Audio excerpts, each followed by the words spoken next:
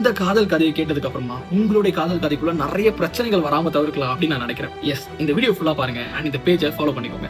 ஒரு மிகப்பெரிய கிராமத்துல நிறைய உணர்வுகள்லாம் சேர்ந்து வாழ்ந்துட்டு இருக்கு. அதுல லவ்ன்ற ஒரு உணர்வும் பிரைட் அப்படின்ற ஒரு உணர்வும் காதல் வச்சு கல்யாணம் பண்ணிக்கிறாங்க.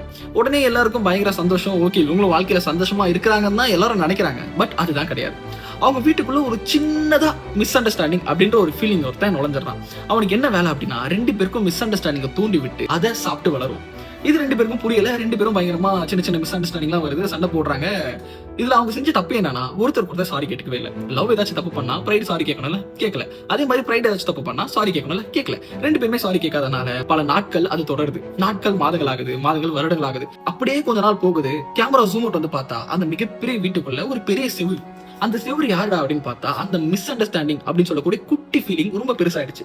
உடனே இவங்க ரெண்டு பேருக்கும் ஒருத்தரை பாத்துக்க முடியல, ஒருத்தர் கிட்ட பேசிக்க முடியல, யாருமே எந்த வித கம்யூனிகேஷனும் வச்சுக்க முடியல. அப்படின்றப்போ அவங்க உடனே இந்த செவரை பார்த்துட்டு இவன் தான் நம்மள பிரிச்சான் அப்படின்னு நினைக்கிறேன். உடனே அந்த செவரு நக்கல் நையாண்டியோட சிரிச்சுக்கிட்டே சொல்லுது, உங்களை நான் பிரிக்கல, உங்களுக்கு பிரிச்சுக்கிட்டது நீங்க தான். உங்களுக்குள்ள அந்த சண்டைனாலதான் நான் வளர்ந்தேன், நீங்க தான் எனக்கு சோறு போட்டு வளர்த்தீங்க அப்படின்னு சொல்லி அந்த ஃபீலிங் சொல்லுது. சோ இந்த கதையை கேட்கும்போது நான் ஒரு விஷயத்தை கத்துக்கிட்டேன்.